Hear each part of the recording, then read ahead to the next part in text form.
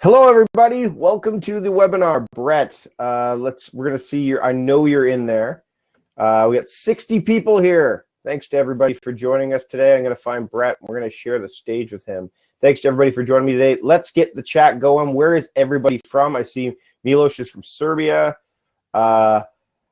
Cindy is there. Brett, we're going to get you in here in a second. Just got to find you in that. There we go. All right, here we have it. Romania, Cosmin from Romania, Marianne from Orlando, Florida. Brett, you should be able to jump on now. And there we have it. Aloha. Can you hear me? I can hear you. Can everybody hear Brett? If you can hear him, let us know as well as where you're from. Suzanne, Richmond, Virginia, great. Teresa from Wisconsin. Skip from Northern Michigan. Snowy, Wisconsin. We've got Mike from there. You can hear us both. That's awesome. Thanks, Skip. We've got a good number of people here in the webinar today. Mark from Iowa, thanks for joining us. Dennis from Illinois. Brett, you're joining us from sunny Orange County, California, right? That's correct. Wow, you have a way cooler mug than me. I have a really I got this. So the cool thing about this mug, other than the fact it's a Green Lantern mug, is that if it's cold, the only one that shows up is Hal Jordan. But when it's got hot liquid in it, all the rest of the core show up. So wow. It normally just says Green Lantern here, but then it says core when it gets hot. So he gets more help, which is what I need when I've got bulletproof coffee in here right now. So I was thinking about making a joke about having blended Pennzoil up in my coffee. I know you're a bulletproof coffee guy. Here's the funny thing is I don't normally drink. It's part of one of my morning routines where I normally will have it on a day where I've got, let's say back-to-back stuff going on in the morning. Because as you know, Becky Mitchell home was a corn place. I'm not a morning person.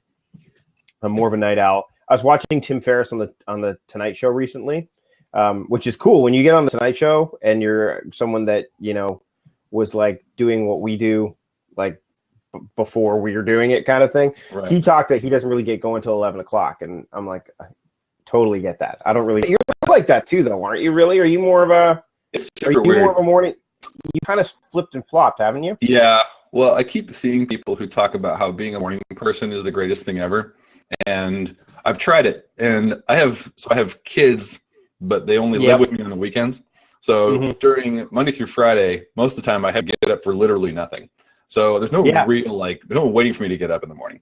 But keep saying, all right, well, if you're up by, early to bed, early to rise, et cetera, et cetera. So I try to get up by 7, but I sometimes stay up late. And I'm way less together generally than people would probably like to think, but which is a great way to kick off the webinar. Totally. Well, I suck at almost everything except for what we're going to talk about. Yeah, so I like getting up early when actually one day a week I get up really early to babysit my girlfriend's daughter because she goes to my girlfriend goes to school and her daughter is 3. So I go over to her place at like 6:30, which is way earlier than I typically get up.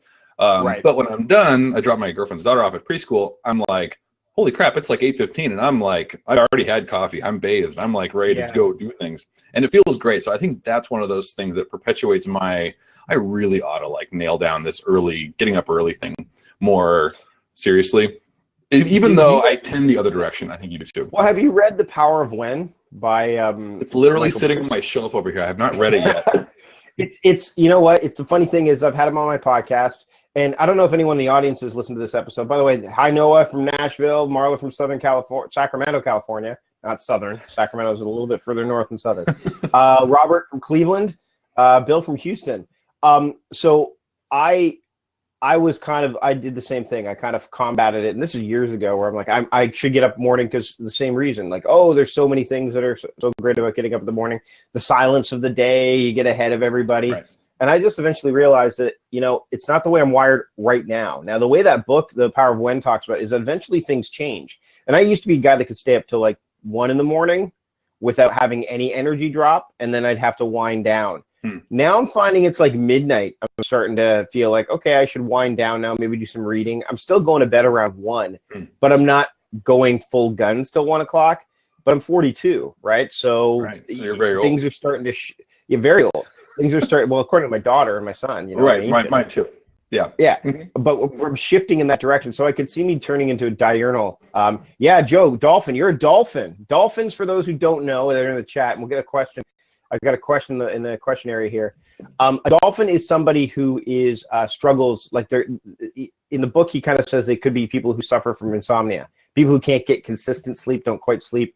And the reason he calls them dolphins, I'm a wolf, which is the equivalent of, I guess, a night owl, is dolphins have unihemispheric brains. So they're never fully asleep. Half their brain is always awake and half their brain, because of predators, right? So they need to, so if they're asleep, they need to be. And so it's interesting. That's why he qualifies them as a dolphin. So if you haven't picked up The Power of When or listened to that podcast episode, give it a go. Now, if you have questions, and we have one in here right now. Oh, it's Brett saying hi. Hi, Brett. I responded to Jill. Jill said hello. Jill said I thought hello. it would be rude to not say hi back. Okay. So questions, if you have questions. Hey, Chase, good to see you again. Throw them in the questionnaire. We will have some stuff. We will answer them as we can throughout. There's no slide deck with this one. We've done slide decks in the past. We did one last webinar with Ryan. And I'm still trying to figure out how to make that work as well. Plus, Brett and I, if you guys have seen me and Sean Blanc talk before, Brett and I can kind of do the same thing. Brett and I have known each other for what, how many years now? A lot. No more than like that. At least more than that. Well, yeah. When did we? Well, you were like back when you were doing like effing the dog. This is like 2007. So I would say you're close to a decade now. Like we've been, we weren't like pals then, but I think we knew of each other. So yeah, it's been a long, and I think you were the one. So quick Brett Kelly story before we get into it. You know exactly. Story? Yeah, I think so. The Merlin Mann story. Oh yeah, okay, that one's good. The Merlin Mann story. So quick before we jump in, and everyone, thanks for joining us today. I just want to give everybody a chance to get in here. So before we start, I'll tell you a quick story, which I haven't really told. It's been told on podcasts, but I've never really said it on camera before. So back when Brett was referring to the era where I was doing productivity parody, and not very well because I wasn't all in with it. So it was, I think it was something that no one was really doing. Who's that guy that does all the yoga stuff now? JD, you know what I'm talking about, the guy with the long red hair. Oh, right. The hippie guy? Yeah. He makes fun of like, everything that's related to like life hacking and so I kind of did that. I would with no video, but I did it normally with like writing and audio, and but not nearly as well as he does because he's all into it. And I decided that back then I was going to be like the Stephen Colbert-esque character, and Merlin Mann was going to be my Bill O'Reilly. Oh, my video dropped out. Is everybody else? Is no one else seeing video? You can see me, right? I can see you. Abby, if you're having issues, just refresh and get back in or something like that. But if anyone else is not seeing me, let me know. So I playfully made Merlin my Bill O'Reilly, and out of nowhere, Brett and I met finally in person. I think it was the first time we met in person. Yep. I was at Macworld. Yep. And we were at the Smile. It was at the Smile Software Party. Right. It was. Mm-hmm. And Brett was like, "Hey, do you want to meet Merlin Mann?" I'm like, "Oh, I would love to because I've been a huge fan of his the whole time." And there are two people I really want to meet: Merlin Mann and Jonathan Colton. I met both. It's been great. To that point, it had been great because I met Jonathan Colton. Merlin was not so great because Brett walked up and said, "This is Mike Vardy," and Merlin Mann said to me, and this is I remember this clear day. He goes, "Oh, Mike Vardy, I know you. You make fun of me," and he goes. And I said, "Well, yeah, it's parody." He goes, "Yeah, but you're more frequent than funny." And I was like, "Ouch!" Ooh, deflating balloon sound. Yeah, and Merlin blocked me on Twitter like well before that. Right. Still hasn't unblocked me, which whatever. Yeah. But it was one of those things where it's like, oh, I probably should have asked and told him what I was up to before I started doing it. So we've since had a chat. We had at the OmniFocus setup a few years ago. We kind of iron things out over kids. Kids are always the great unifier, by the way. If you have kids and you're both dads, like, okay, we can at least get through that. So it was fine. But that is the first Brett Kelly story. We have others, but oodles. Yes, it is a. So there we go. Let's get into things now. We've got a good number of people in here already. Wow, over 100 people sitting in here already, Brett. Yep. So we're going to talk about, and I know my lighting's a bit yellowish today, but I'm not quite sure why that is. Let me move that back there. That's a little bit better. So today what we want to talk about is how to plan your week. And Brett's, we're going to offer something at the end that Brett's built something that's really effective. I had a chance to read it. And it's interesting when it comes to planning your week. There's a lot of stuff that people do personally that may differ, but there's some core things you can do. But I'll talk today, and I think we discussed this, is what you don't want to do. Right. Like if you want to have an effective week, what don't you want to do? So first off, let's talk about why planning your week is so important up front. So maybe you can dive into that, Brett, and maybe share with my audience a little bit about you, just in case people are like, oh, Mike's told this great story about Brett, but who is he again? Like I think he might be the Evernote Essentials guy, but I'm not totally sure. So why don't you do that, and then let's talk about the idea of planning your week and why it's important, what maybe we should do to do it better. Okay. Well, yes, as Mike said, I'm Brett, and I wrote Evernote Essentials. That's probably the thing I'm known best for. I clearly don't know how to dress for webinars. Yeah, I have a website where I write things, and I have books that I sell and various other things. So yeah, that's me. And he's a whiz at marketing, as you can tell. Yeah. Oh boy, hear me selling this. The goal here is to be as incredibly informative during this webinar as possible. If you're expecting a massive sales pitch, go elsewhere. Yeah, I sell things. If you want to buy them, I would not stop you, but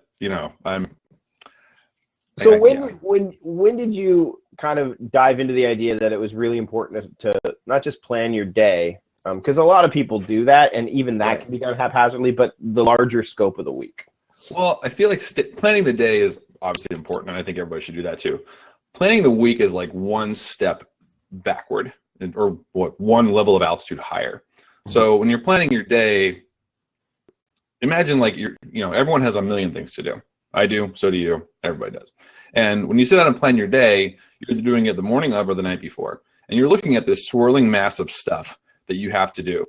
And you're going to go ahead and, sort of pick and choose the things that are going to get done the following day. But you're doing that every single day. And I think that takes time, that takes energy.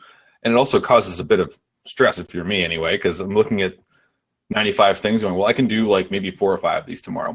And the rest of them are just stressing me out because they need to be done very soon. So I think planning your week gives you a chance to sort of front load all that work and decide, all right, well, my big goals for this week are this.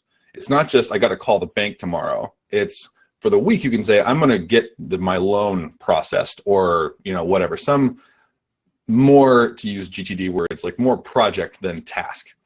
And if you can do all of that planning at once, you'll have a greater chance of succeeding, first of all, because you'll know, like, my goals for this week are to finish these bigger things than just to make this phone call, write this email, take the trash out, whatever. Like, you get away from the real, like, tactical foxhole stuff into more like strategy. Gotcha. Let's and I think that's the real key is that when you're looking at it, the day kind of is, when people plan their day, they're already in the weeds, right? They're already, everything, it's a perpetual motion machine at that point. Whereas the week, because you're going that one altitude up, it's like, okay, the table hasn't been set yet.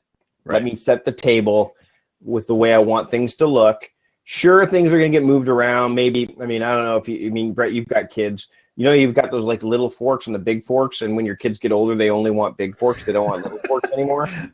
Yeah, so like you put everything out the way you think it should be, and then all of a sudden you have to change the little forks for big forks, and you have to, someone else wants a different type of salad dressing that you didn't put on there, or you forgot the salt and pepper. Like, those are different things that happen during the course of dinner.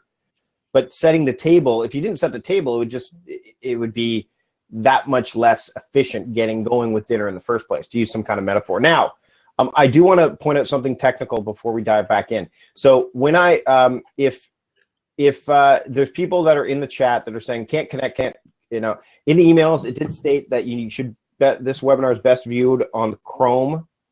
Chrome is the better one. You could use Firefox as well. Internet Explorer, I don't know why you'd use that at all. But Safari, it's the technology that Webinar Ninja is using. So you cannot use mobile devices to watch this live.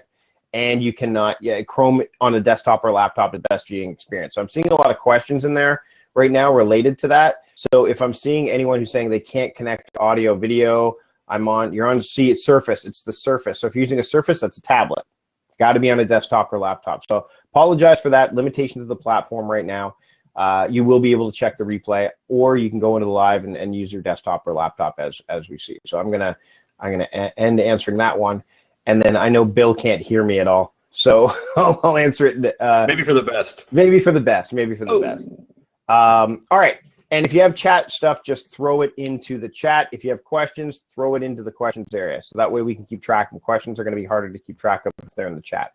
So Brett, when you look at your week, do you look at it to break it down day by day? Like, how do you, and I think that's like, do you look at it as a whole or as a part or the parts, or how do you do it? And then what don't you do when you're taking a look at the week? Because like I said, if you set the table and then don't leave room for any kind of flexibility, that could be a huge problem as well. Right. Well, I look at the week as, individual days, yes, but also as all right, this is a non-contiguous block of time. So on Monday, I'll have all day. Tuesday, I'll have the morning until 2. Wednesday, I'll have the afternoon starting at 1 all the way till 10 p.m., whatever. All of that added together equals a certain number of hours. And, obviously there's stuff around those things like sleep. And, if I have a phone meeting or, whatever, some other thing that I work, places where I can't work. But when I look at the week, that's sort of how I look at it first and go, okay, well, this is all this space I have to put work wherever I want to put it, whatever can best fit there. And what I don't do, what I suggest you don't do, is try to, two things. First, be really aggressive in how much you aim to get done in a given week. So if you say, I'm going to write 20,000 words this week, or I'm going to move, I'm going to clear out that storage shed this week, the one that's, 5,000 square feet. I'm just going to clear that thing out and it's going to be great. Like, well, you really ought to be realistic. If you only have a certain amount of time or a certain number of hours in a week or a certain amount of energy in the week, which you absolutely do, those are all limited resources, then you want to set yourself up for success. And if you can look at the available time you have and go, okay, what can fit in here well, then put it in there. But don't assume you're going to be 100% effective 100% of the time, because that's just simply not the case. I know for me, if I set myself with really aggressive goals, then I will end the week having not accomplished them and feeling like crap, because I'm like, I really need to get that done this week, because I made it at the deadline for it. I need to get that done this week, and then I didn't, so now I feel like ineffective. And So an example of how I would tackle that personally is if it's something that's big. What do they call it? Sometimes they call it big, hairy, audacious goals. That terminology is thrown around. Yeah. Mm-hmm. If they end up being that big, and you look at your week and you're like, I can't do it over the course of the week, that should be a warning signal that you probably need to make it in with my methodology using a monthly theme. Say, hey, you know what? This is massive, and it's actually quite funny. Coaching's been a focus of mine for the month of January. I could have tried to do a weekly sprint with it, which is what I call when you're like, hey, I want to get this done in the course of a week.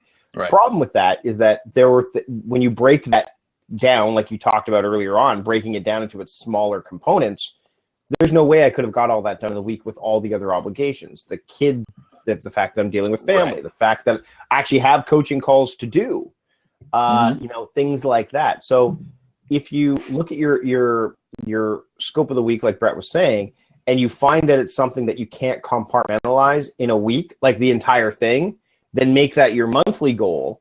And then with the week say, okay, what parts of that can I get done, right? Yeah. Well, I think it all depends on what you do, what your life looks like. Because, you and I don't have real jobs. So it's a lot easier for us to go one thing, everything else, the calendar gets cleared, and I'm going to do this one thing for the next however long. That's easy for us to say, a lot harder for a lot of folks to do.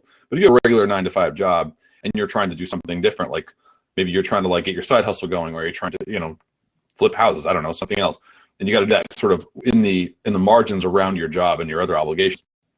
It's better to have, I would say, medium-sized goals that you work on sort of in tandem. Because if I can go, all right, well, my house looks like a bomb went off inside, and I really need to get this email campaign written or whatever. These two things need to get done in the next block of time. I can work on them both. And I think having a set of goals that are medium-sized, and if you can't fit them all in one stretch, then maybe consider breaking them into smaller pieces, or bringing it into sub goals where one of them is week-sized, and maybe the monthly theme idea I like.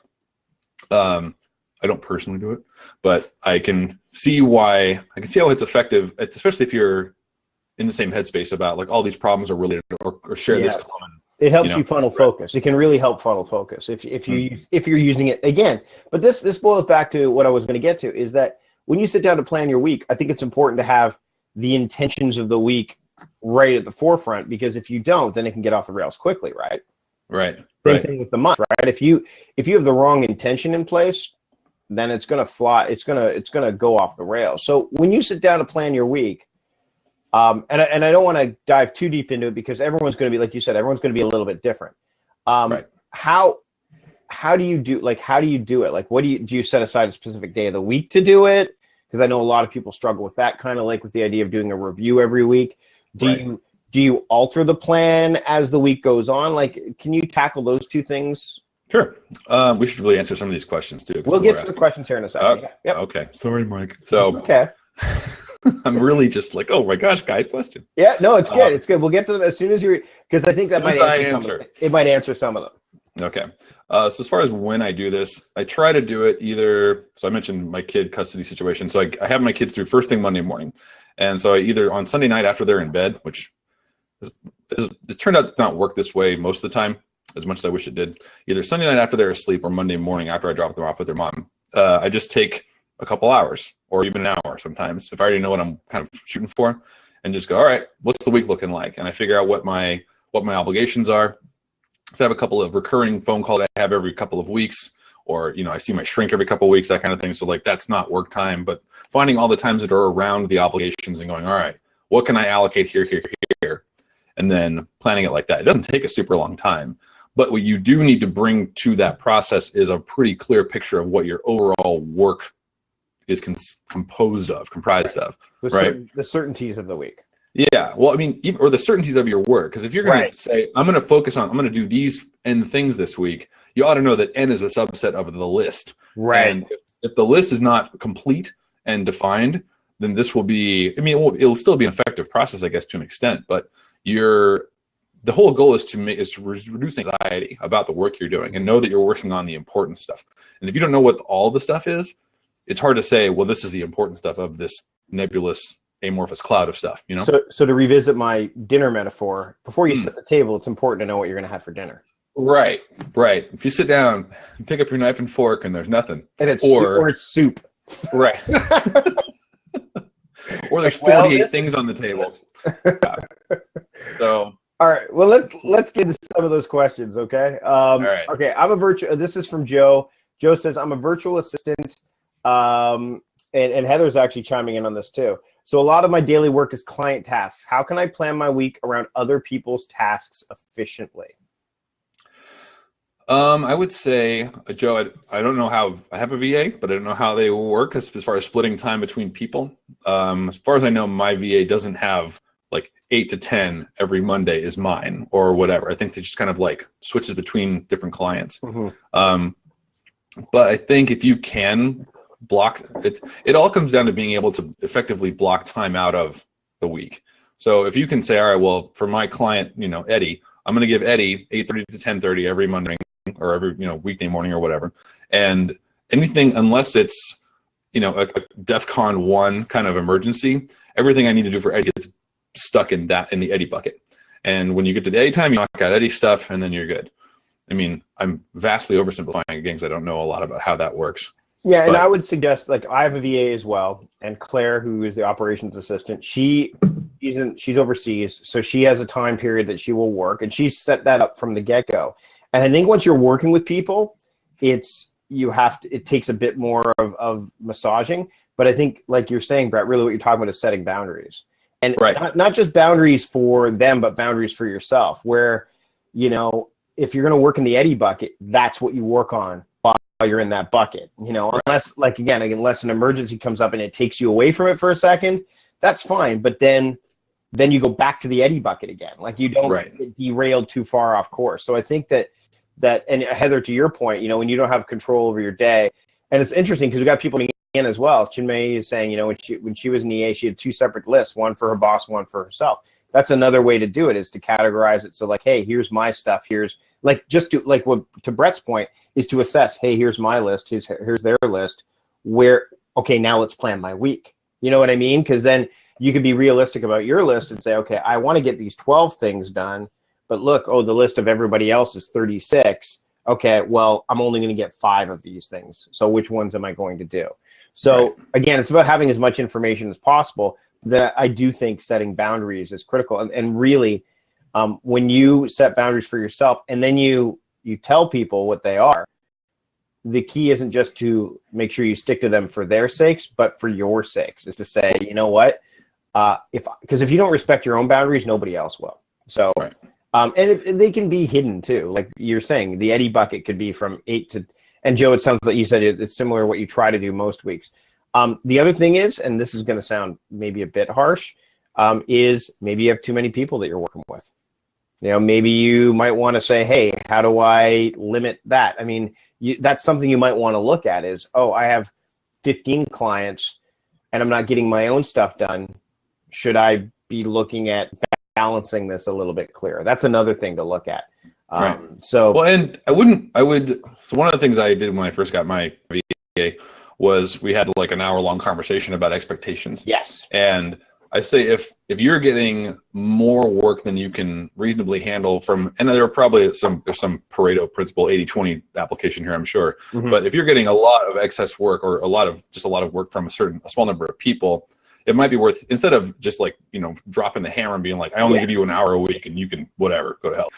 You'd be kind of like, okay, let's talk because I'm getting more from you than I can reasonably do. How can we work together so that you get the important things done and I have enough time to do your work and all the other work I'm assigned, Yeah, I think being reasonable on all those fronts work. I mean, you can't just say, by the way, this is what we're doing now. It's kind of like saying I'm going to raise my prices without giving anybody a warning. I mean, you're going to have a big problem there.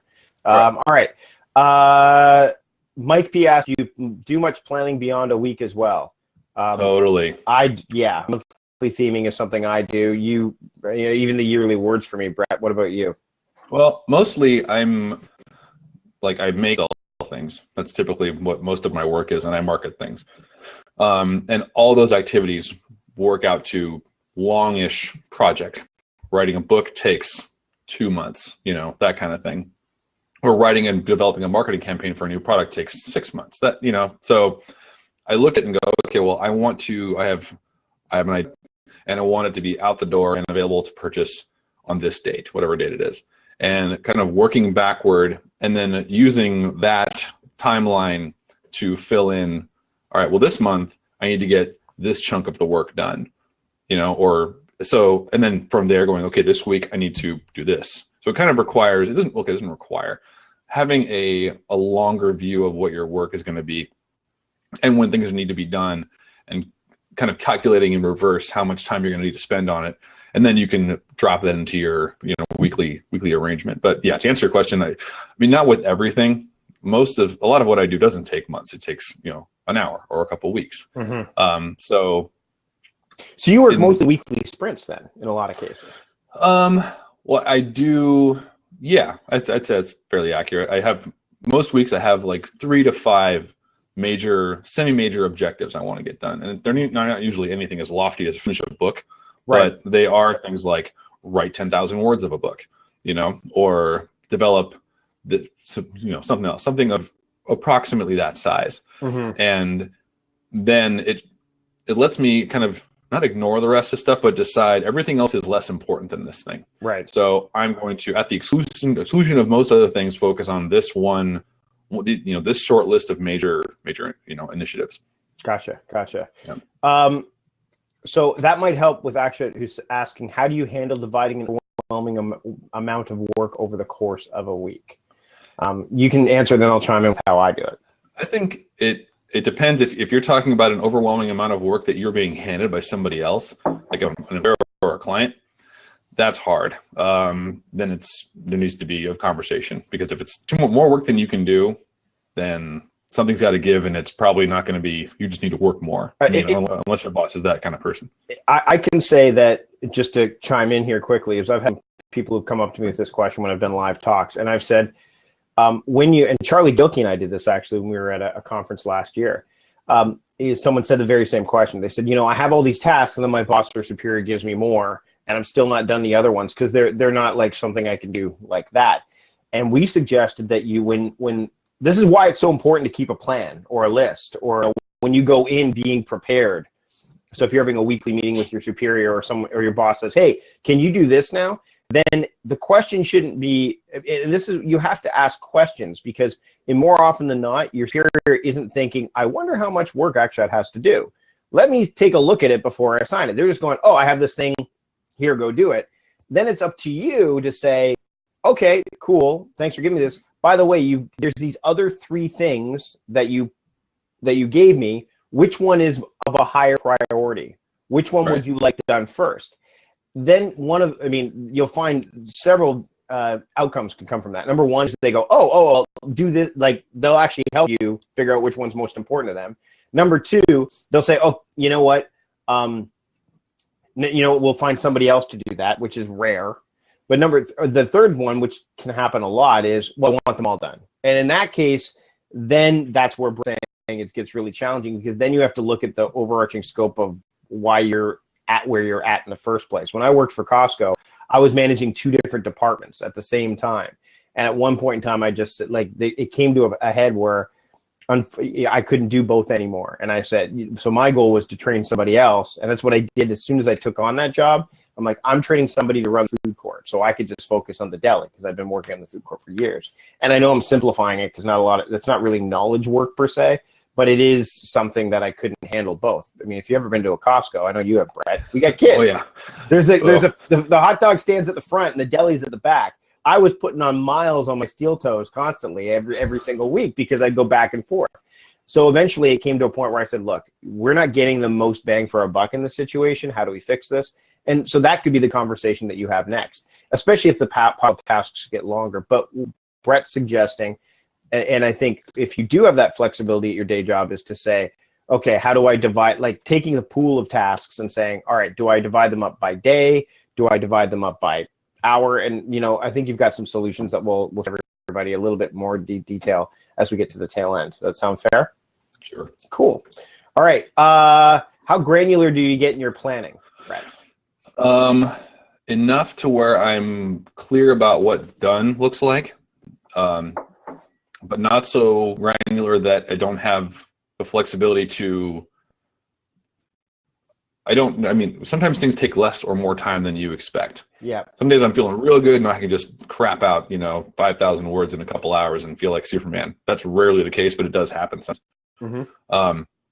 But I would say what you want to avoid is stressing yourself out more by saying, all right, well, my plan is I've got to make 4 clay pots before noon.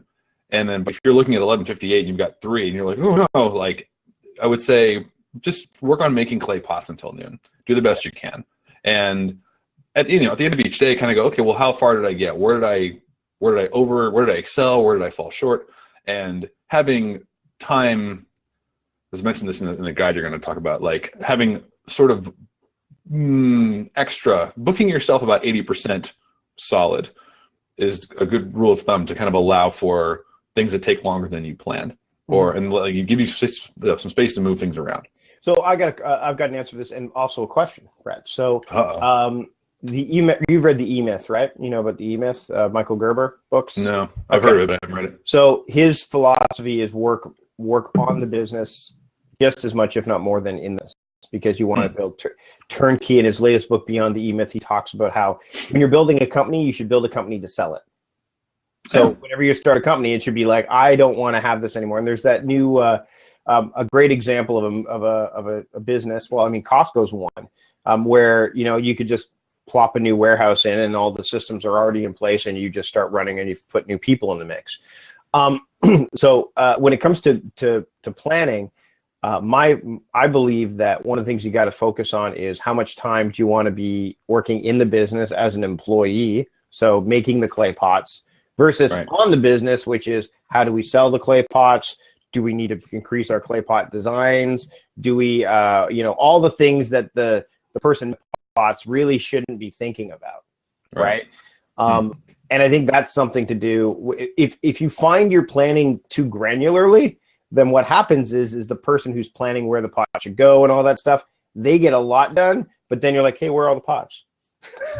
These pots are supposed to be made. Where are they? Whereas if the person that makes all the pots is doing all the work, and then all of a sudden, like, oh, we got all these pots, where are they going to go? And the guy, well, where's the marketing plan for the pots, right? Like, so there has to be that harmony there. And I think if you're too granular with your planning, then you don't make stuff, you don't execute.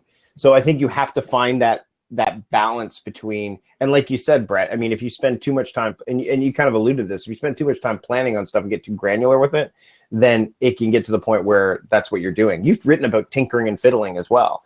And it's it's kind of the same principle. If you spend too much time, like, how do I fine tune this tool and fine tune this process? And then by the time you've done that, the thing that you needed the process for in the first place is already well down the line. Right. Well, I think learning to tolerate a certain amount of ambiguity and inefficiency in the world is worth, worth doing and worth investing in a little bit, because I know, especially you and I, sort of efficiency dorks, are like, must eke every possible ounce of, or remove every little bit of friction from every single process just because it makes our tummies hurt if it doesn't do that. Is a little bit, okay, you've gotten it most of the way there, just be happy with that. Yeah. And even like when things go a little bit sideways with a piece of work I'm working on, it's like, okay, well, I can't let it ruin my day or my week. Because what's the, I looked at this quote, Mike Tyson, the boxer, you've probably heard it, maybe even said it. Yeah, I've heard. Everyone has a plan until they get punched in the mouth. Yeah, like it's like, or that Eisenhower quote is like, I find when going into battle, plans are planning is nothing. Plans are nothing. Planning is everything. Yeah, it's that whole idea of like, and then all of a sudden, because you got something else coming at you, that planning is everything. But when it actually gets to come to the battle, planning is, you have to adjust your plans or whatever. I don't know. Right. Someone might be able to throw that in the chat. And like, that's the quote you meant, Mike. I'm Canadian. I don't think Prime Minister has ever said anything that profound. Maple syrup. Exactly. Hockey. And and Christopher Johnson mentioned, isn't execution everything? I don't think it's everything. I think that thanks, Gene, hand me the Timmies. I don't think it's everything. Jeff Cheen, no battle plan survives the shot. Yeah, I think execution is, if you don't execute, then it's nothing. I think that's probably a more apt quote. Like, I mean, you have to plan in order to execute. Right? Yeah, what I mean, not planning means not really understanding what execution. It's like ready, fire. It's like ready, fire without the aim. Right. And I think that in some cases you have to do that, but when you execute, it's interesting. I talked about this in a newsletter I sent out recently, where I talked about my monthly theme in February is talk. And Brett, you know this about me. I have a comedy background. I have an improv background. I can go and talk. And I can turn situations where it's like, wow, he took this and did really well with a talk. But I could tell you, and I was very honest in the newsletter, that there are more times than I'd like to admit normally that I go in with less preparation than I would like, and I rely on my improv skills. Right. And the problem with that is, as you get higher up in the speaking hierarchy, that becomes more obvious. When you're initially doing it, it's like, oh, well, this guy's just riffing. He's winging it, yeah. And in a situation like this, that's fine, because we're having a good conversation, and the conversation can be altered by what the questions are. But when you go in with like, a talk, and it appears that you've kind of, okay, this guy has not got his points down, or he has his points, but they're scattered, that's an issue. So executing the talk, I mean, and what happens in most cases, actors and comedians will tell you this all the time, is they're their own worst critics. After they'll go on, and I think even speakers will be like, they'll come off the stage. I remember when you did the Evernote conference, and you said that when you got off the stage, you were like, right? But what? Yeah. But you're always going to be your own worst critic. You're always going to say, oh man, I could have done that better. I could have done that better. When that happens too much, or when others start to see that, then you need to step up your game. So that's what I'm doing in February. So executing the talk is great, but if I didn't plan the talk out, and I did that for my World Domination Summit talk that I did, the World Domination Summit, someone said it was the best talk I ever did. Well, it's because I planned it. I had some room for flexibility. Like, the introduction was, I was a former comedian, and I went with that to open it. So I think he's a former stand-up, which I didn't do a lot of stand-up. And Mark Chernoff introduced me, said he's a former stand-up. And I walked on and I said, so what's the deal with boundaries? Like a really bad Seinfeld impression. And it broke the ice. And I said, so this is why I'm a former stand-up comedian. And then so you can riff with that, but I think it's important that you plan, reasonably amount before you execute. Let's jump into, we got some more questions before I want to wrap up, because we only got about 20 minutes left. There's a lot in there. Brett, is there any question here that's kind of, if you're looking at them, that you want to jump in on right away? Because I don't want to just go in chronological order if there's something. Looking on now. All right. Recommendation for bolstering discipline from Dean. I do. Okay. And we were kind of BSing earlier about getting up early. And this is, did not originate this. I'm sure Leo Babauta wrote about this 10 years ago. But I think picking, do they call it the keystone habit, the cornerstone habit? Is there some name for this? There's some, all right, see, what you do is you pick one thing, and the power of habit. I was reading this book. Maybe, 6 or 7 months ago, and talked about this lady, I'm going to mess this up, who just like quit smoking. That was the one thing she did. And for me, it's trying to get up early. That's so what happens is you pick one thing to focus on, and you just decide to make that a rule. Either don't smoke cigarettes, get up at 7, stop drinking beer, whatever it is. And then once you are really intentional about making that change, you'll watch like, well, I'm putting all my effort into making this one part of my life better. I ought to really care more about the rest of it. And it will become a lot easier. Okay, so getting up at 7, I make freaking smoothies now. I made fun of smoothies for years. I have a blender in there, and I have like wheat germ and flexi oil and all that other crap. I totally did become like, I'm getting up at 7. I ought to stop eating sausage and eggs every morning and making myself dead. So you just start caring more. And if you can cultivate that one little habit, whatever it is, it should be big enough.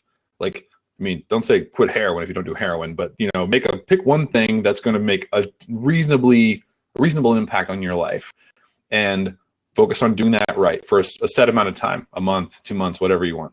And then sort of watch how you look at the rest of your life. Because if you're like, I want to get up at 7, you're going to stop going to bed at 2 for pretty quick, because then you're going to get tired. If you get up at 7, go to bed with tired, and that will sort of, the change you make will sort of radiate out to other parts of your life. And that's why Sean Blanc talks about making your bed first thing in the morning. Yep, exactly. Give yourself that quick victory. And that's a super easy one to do. And you'd be surprised like how much it impacts your day just doing that one small thing, or laying out your clothes the night before, or planning it, like whatever, something. And actually anybody who's in this webinar, what I'm going to do is in the who's registered, I've got 2 actual PDFs, and we were going to do this before, Brett, but I've got something different just so that you're like, what is he doing? I'm going to send everybody that was in this webinar PDFs that I made that go through my morning and my evening routine. So I've got little PDFs, and that's how you build that discipline, is by stacking those little ones bit by bit over top of each other. And Power of Habit, Dewey talks about cue, routine, reward, right? So if the cue is make your bed, like, get out of bed, routine is make your bed, the reward is you've got a made bed, and therefore you could lay out your planning on it if that's what you want to do or whatever. That's the way habits work, right? And in this case, like for me, smoothies, you're talking about smoothies, Brett. I've been a smoothie guy for a long time. You and I think we've talked about it, where I've got the NutriBullet and I have my NutriBlast in the morning. Yep. And that's what I have. And it makes it so much easier because the night before I prep it. I never used to prep it the night before, but once it became a habit, I'm like, well, how do I make this habit better? How do I make it stickier? Well, I know I suck at morning, so why don't I make it the night before? And that way, when I get up in the morning, I'm not thinking about what am I going to have for breakfast. Oh, there it is. It's in the fridge. I pour a little bit of water in it, put it in the thing, and it's off to the races. Right. So I think discipline is built on the kind of the pillars of these little things that act as like you said, keystones, or that they build on top of one another. Right. And in some cases with weekly planning, maybe that is setting aside that time. Yeah. Right. And this can it's a snowball effect. I would say choose to be rigorous and very disciplined about that one thing. Yeah. And so it's sort of like, the initial cause or whatever. Yeah. I would suggest picking one thing and doing that way better. We got a few more questions here. We only got about 15 minutes left, so I'll jump into a couple of them real quick. So Marla. Sorry, Marla. I couldn't see it from. I need to get my Marla's so mad, dude. Marla. I just finished Mike's Skillshare class on theming your week. Thank you so much. Is it best to layer specific tasks on top of the daily themes in your calendar? Meaning, if it is project management day, do you recommend blocking out time for specific project tasks that you want to work on this week? When I talk about time theming, and especially in that class, or when I talk about time theming in general, the weekly sprint trumps the daily themes. So, for example, if I was working on a specific project throughout the week, let's say I wanted to get some plays done on the playbook this week. If I set aside a block of time from, say, and I normally set aside time from 10 to midnight to work on some kind of core tasks, that trumps the daily theme. So today is my audio video day. From 10 to midnight, I have what's called core writing time, and I'll be working on playbook stuff. That trumps the audio video stuff. So what I would suggest, Marla, in that case is your daily themes always are static. Like, hey, Wednesday's audio video day, next Wednesday will be, et cetera, unless you decide to move it. But if you have exercise that fits along in the middle somewhere along the line, that trumps it. So anything that's horizontal, like that's a weekly theming process or a horizontal theme, will trump the daily theme. I'm going to dive more into that. I think it's important for me to maybe do an actual, just a Q&A webinar about my philosophies as well. So if I don't have these questions, because I want to focus on some of what Brett does. We do a lot of similar things, but hopefully that helps you out, Marla. And then how does planning your week tie into with daily themes? And are you supposed to have the same daily themes recurring for each week? You are supposed to, Gina, have the same daily themes for each week, because that way they stick in your brain. Kind of like the habits thing that Brett was talking about. If every Wednesday is audio video day, you wake up in the morning and you go, oh, it's audio video day. Because if you keep changing it every week, then you can't keep track of it. It's too dynamic, right? And there's Brett, rhythm. Yeah, there's no rhythm. And I mean, Brett, when you plan your week, I mean, there are probably some consistencies that are going to happen every week at certain points in time. So they again become kind of these touchstones, right? Kind of. I think I don't do it quite as specifically as you do. Right. Because things pop up a lot in my... Well, and you're busy people. And you're busy people. That's right. So, but most days when it's like this one day per week, usually it's Tuesday, when I don't have any phone calls usually or any whatever, like I can go, okay, I have all day to do whatever. That's when I'll usually pick out, like, let's take the work that's going to require... Writing is most of what I do. Spoiler.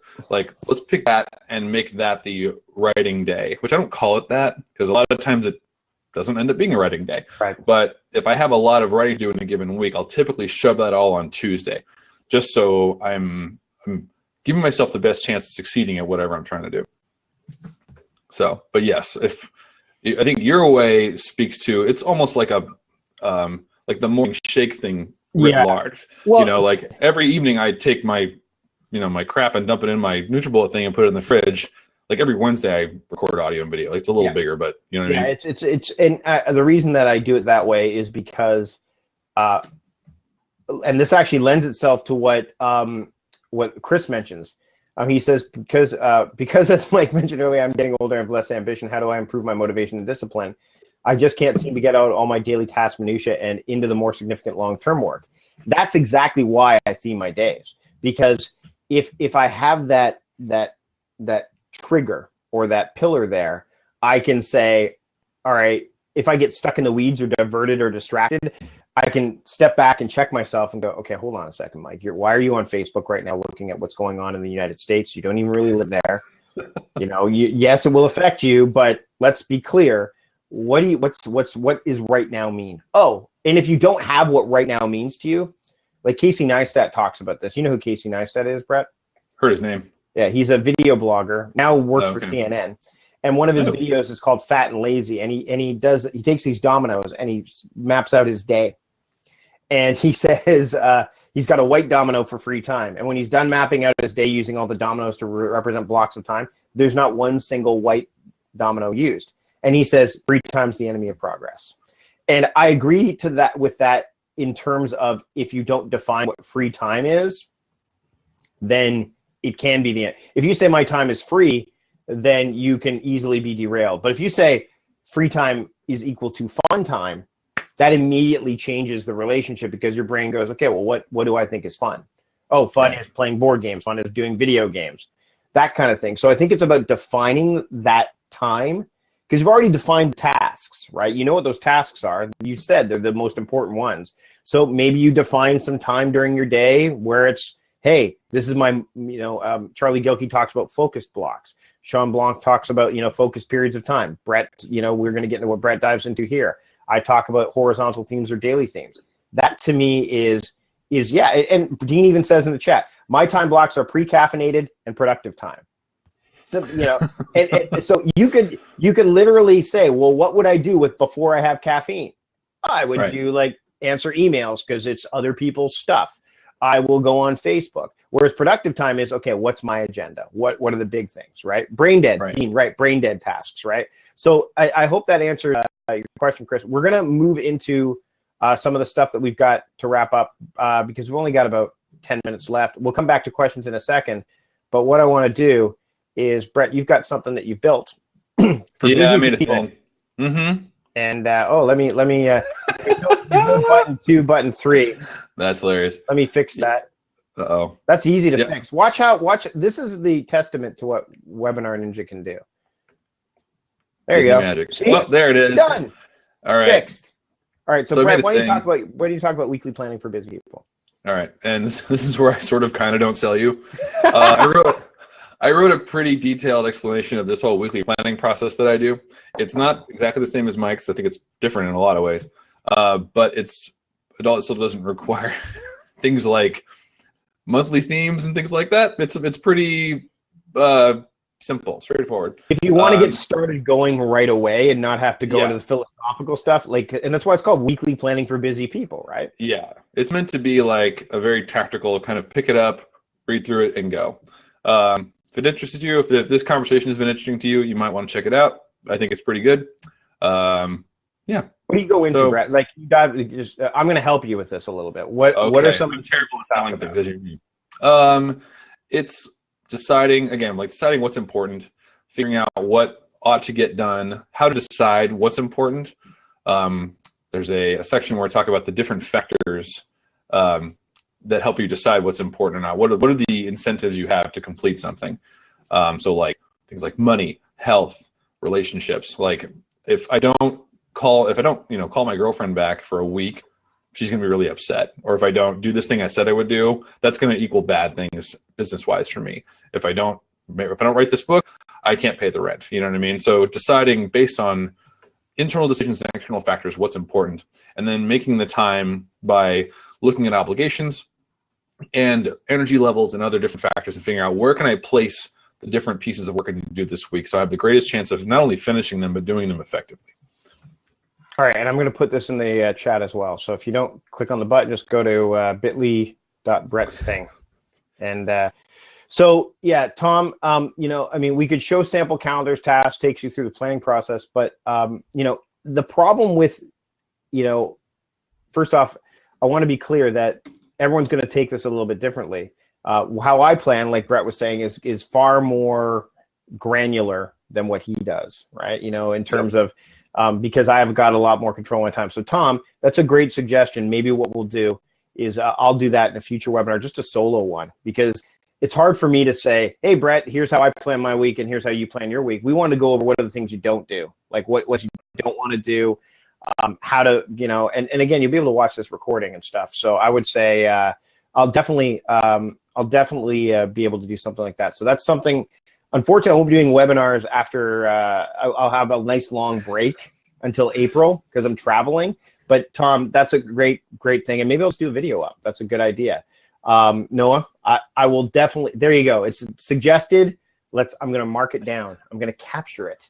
So do a weekly plan, Mike's weekly plan seminar or webinar.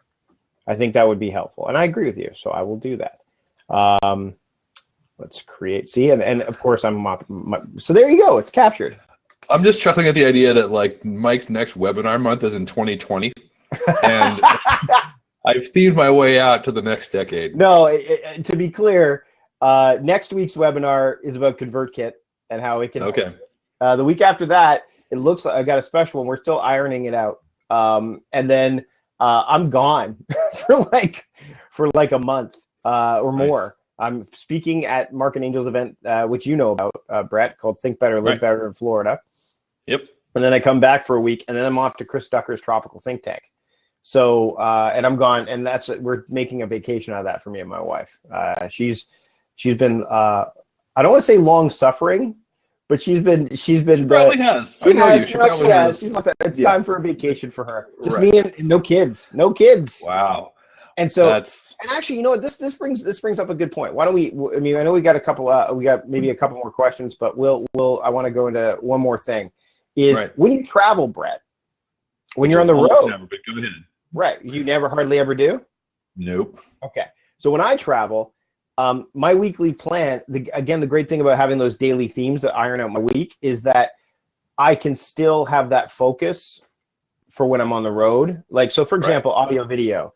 I don't bring, this guy with me when I'm on the road, right? Right. Because I can't. So I might not record very much when I'm traveling, but I will do things like look at listen back to old podcasts and maybe do some, maybe have a content add-on that I could do, or work on show notes, or maybe look at getting a logo redesigned. So, or video, I'll hey, let me do a graphic for my YouTube page, or maybe look at how I want to do that strategy. Right. So if your daily themes are broad enough, it can kind of funnel into your week, which is kind of nice.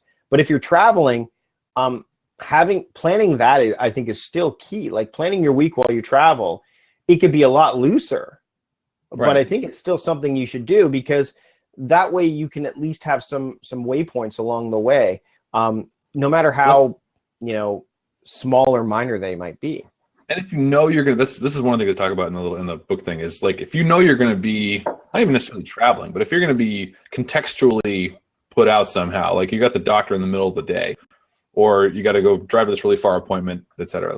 Figuring out what work would work best given that new constraint, that kind of rarity. If you're if you're going to be a couple hours from home or wherever, or your office or whatever, then you might pick things that can easily be done quickly, that won't take a lot of time. I'm going to block this hour out for email, or a phone call with someone I need to catch up with, stuff that you can do kind of from anywhere. Right. I wouldn't say, draft the next chapter of the book when you're sitting in the doctor's office, unless you can do that, but I couldn't. So yeah, looking at what I call in the weekly planning guide, the furniture, the immovable stuff in your week, and figuring out what, in addition to that, what new things are going to be happening that I can't avoid, that I can't, move around, and plan your work around those things.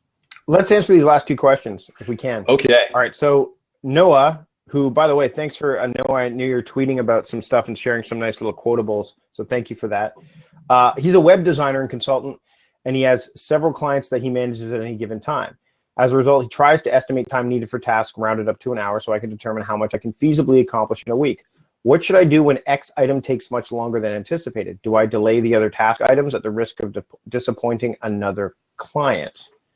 Brett, what are your thoughts on that?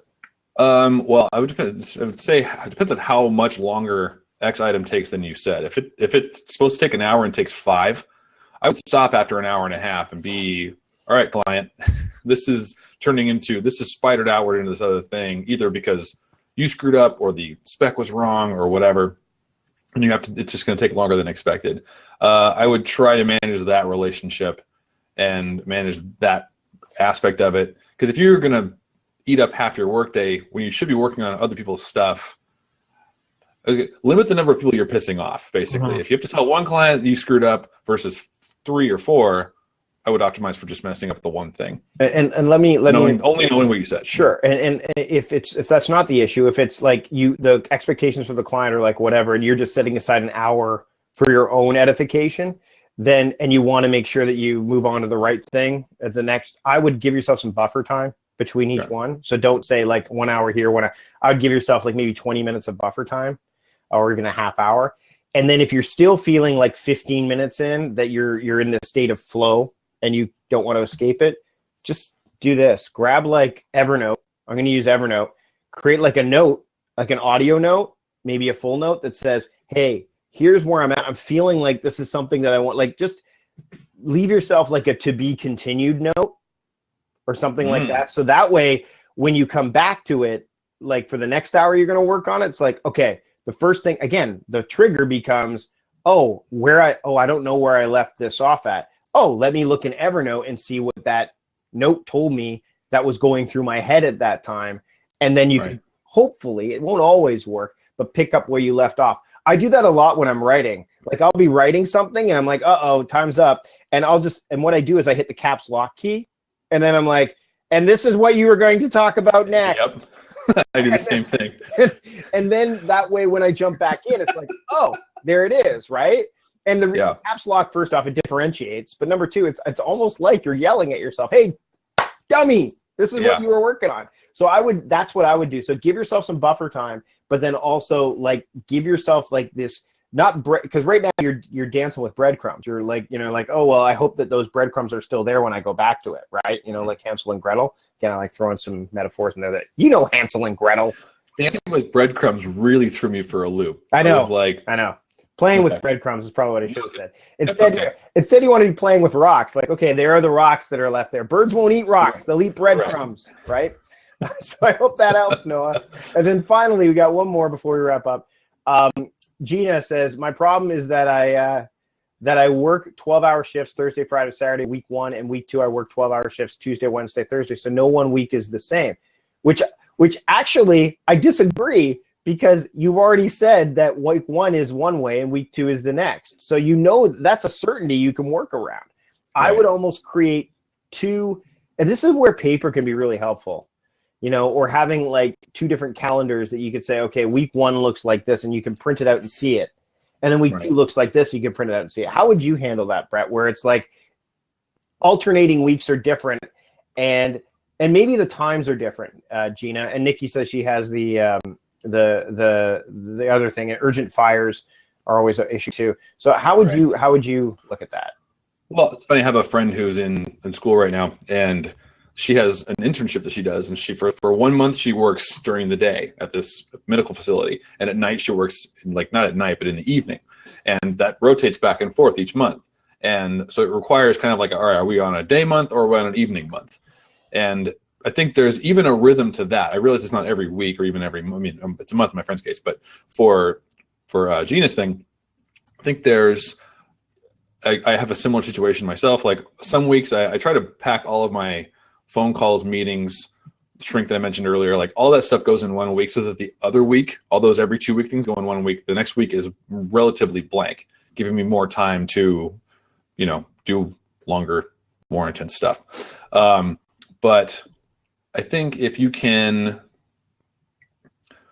just try to find the rhythm between those 2 weeks and even treat them as one big block of time, like, give them a name, one 2 week section as these characteristics, these days, this week, these days, following week, just figure out on this Monday when I work, I'm gonna do this. When this following Monday when I don't work, I'm gonna do something different, So I think trying to find, it's like that Simon Says game where you push the red, then the green, then the blue, then the red, like figuring out what's the pattern here, and then building on that to whatever extent you can.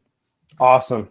Brett, this has been great. You and I totally. We've been on the hour is up. We wrapped it up.